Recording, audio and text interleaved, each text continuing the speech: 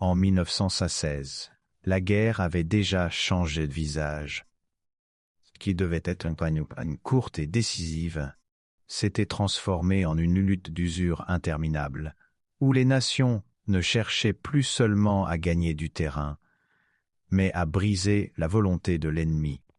Dans le nord-est de la France, autour de la ville fortifiée de Verdun, un paysage autrefois composé de collines boisées, de rivières calmes et de petits villages agricoles devint le centre d'une tempête de feu. L'état-major allemand élabora une stratégie froide et calculée.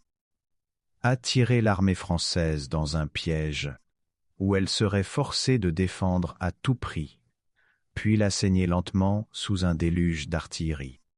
Lorsque l'offensive commença en février, des milliers de canons ouvrirent le feu presque simultanément.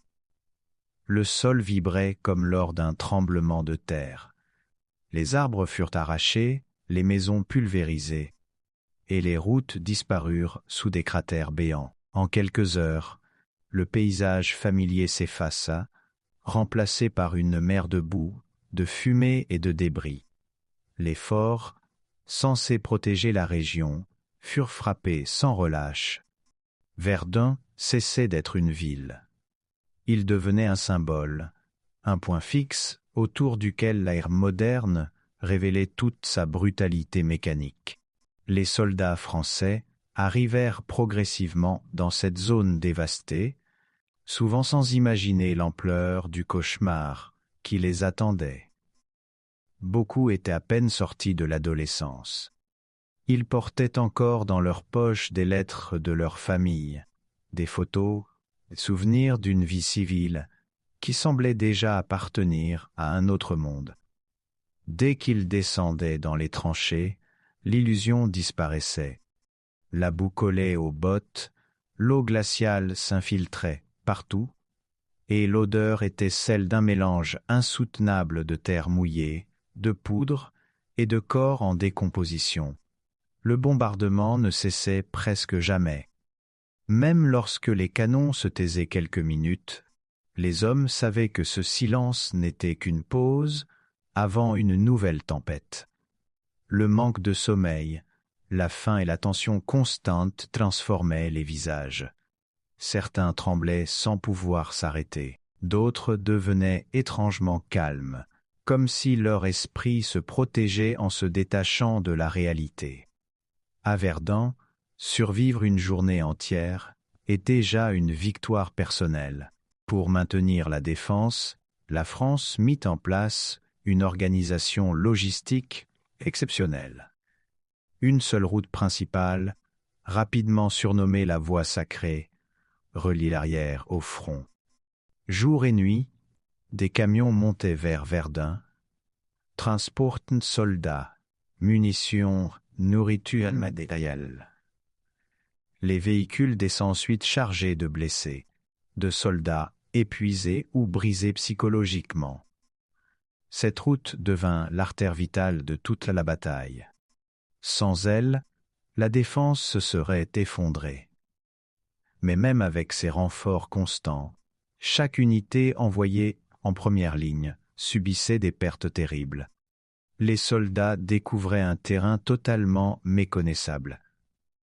La terre retournée par les formait un paysage lunaire, sans arbres ni repères. Les cratères remplis d'eau servaient parfois d'abri, parfois de tombe. Les hommes avançaient de trous en trous d'obus, se cachant comme des ombres dans un monde détruit. Verdun n'était plus un lieu géographique. C'était un univers clos, régi par la survie et la peur. Les combats autour des forts, notamment Douaumont et Vaux, prirent une dimension presque symbolique. Ces structures de béton et d'acier devinrent des points de fixation où l'honneur militaire, la stratégie et la survie individuelle se mêlaient. À l'intérieur, les couloirs étroits résonnaient d'explosions, de coups de feu et de cris. Les combats se déroulaient parfois dans l'obscurité totale, à quelques mètres seulement de l'ennemi. Les grenades roulaient sur le sol. La fumée remplissait l'air, et l'oxygène manquait. Les hommes se battaient non seulement contre l'ennemi, mais aussi contre l'épuisement, la soif et la peur constante d'être enterrés vivants sous un effondrement.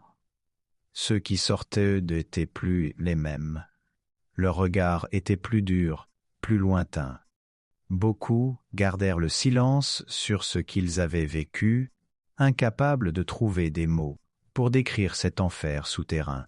Après des mois de combat, la bataille Verdun ne produisit ni victoire spectaculaire, ni avancée décisive. Les lignes bougèrent à peine, malgré des centaines de milliers de victimes.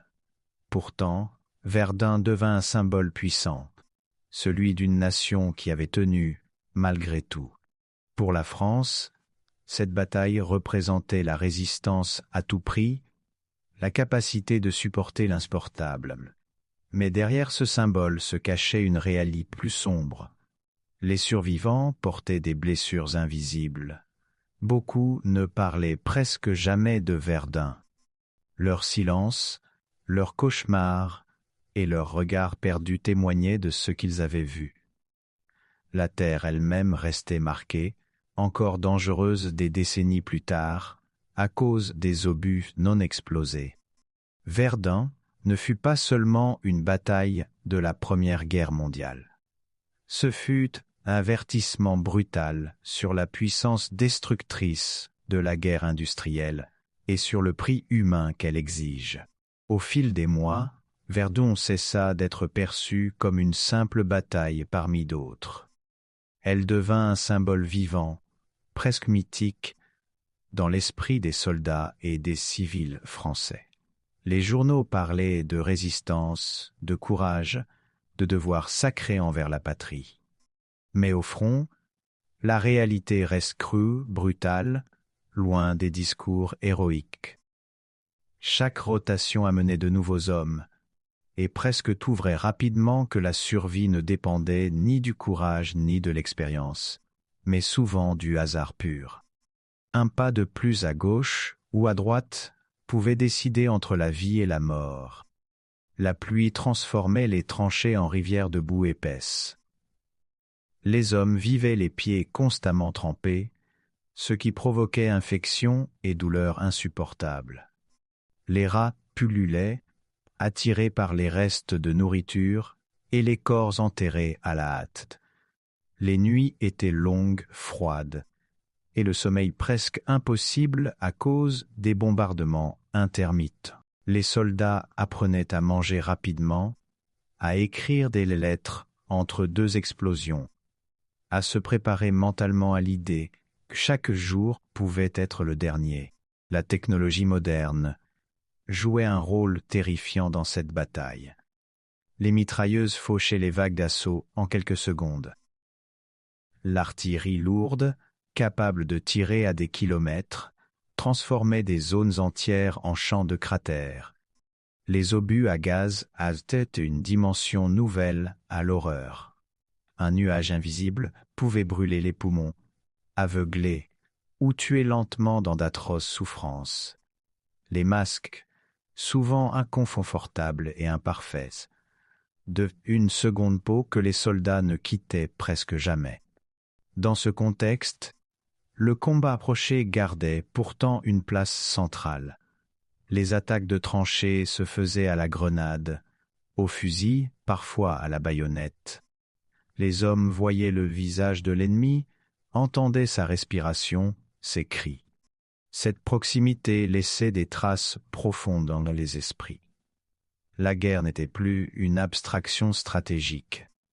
Elle devenait une expérience intime, brutale, impossible à oublier. À l'arrière, les hôpitaux de campagne débordaient. Les médecins et infirmières travaillaient sans pause, souvent dans des conditions précaires. Les blessés arrivaient par vagues continues. Fractures ouvertes, brûlures, blessures causées par les éclats d'obus. Beaucoup souffraient aussi de traumatismes invisibles, tremblements incontrôlables, mutisme, regards figés. On parlait alors de désobus, sans vraiment comprendre ce qui se passait dans l'esprit de ces hommes. Les trains sanitaires transportaient les plus gravement touchés vers l'intérieur du pays. Pour certains, le voyage signifiait la survie.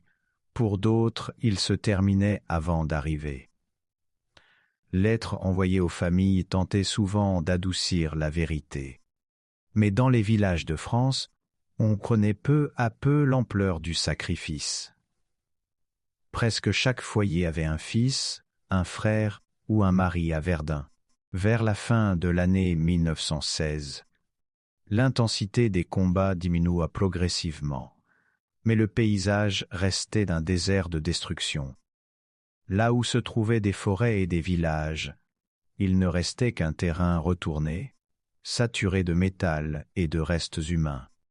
Les soldats qui traversaient ces zones marchaient littéralement sur l'histoire tragique de la bataille. Chaque pas rappelait la fragilité de la vie dans cette guerre industrielle. La reprise de certains forts par les forces françaises marqua un tournant moral important. Même si le prix payé était immense, ces succès redonnaient un sens aux sacrifices consentis. Verdun devenait un récit de résistance, transmis de bouche à oreille, gravé dans la mémoire collective des unités ayant survécu. Lorsque la bataille prit réellement fin, Verdun ne ressemblait plus à rien de connu. La terre était toxique, jonchée d'obus non explosés, et de nombreuses zones restèrent interdites pendant des décennies. Les cicatrices physiques du terrain reflétaient les cicatrices invisibles portées par les survivants. Beaucoup rentrèrent chez eux transformés, incapables de reprendre une vie normale, hantés par les bruits et les images du front. Pour la France, Verdun devint un lieu de mémoire nationale. Les monuments, les ossuaires et les cimetières rappellent encore aujourd'hui le prix humain de cette bataille. Mais au-delà des symboles, Verdun reste un avertissement. La guerre moderne, avec sa puissance industrielle, peut détruire non seulement des armées, mais des paysages, des générations et une partie de l'âme humaine.